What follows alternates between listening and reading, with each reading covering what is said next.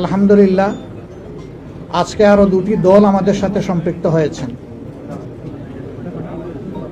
জনাব কর্নেল অলি আহমদ বীর বিক্রমের নেতৃত্বে এলডিপি এবং এনসিপি একটু আগে আমাদের সাথে তাদের বৈঠকটা সমাপ্ত হয়েছে। তারা এই বৈঠকে আসার সময় এবং সুযোগটা পাননি।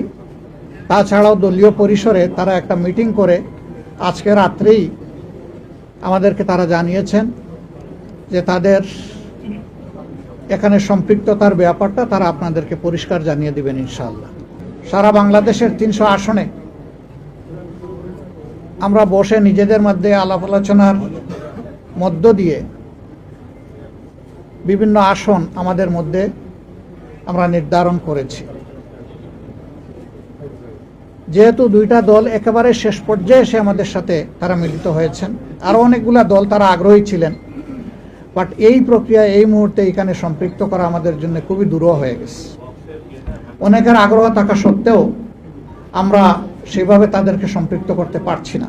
আমরা তাদের কাছে দুঃখ প্রকাশ করছি, কিন্তু জাতীয় জীবনে ইনশাল্লাহ আমরা তাদের সাথে একসাথে কাজ করব।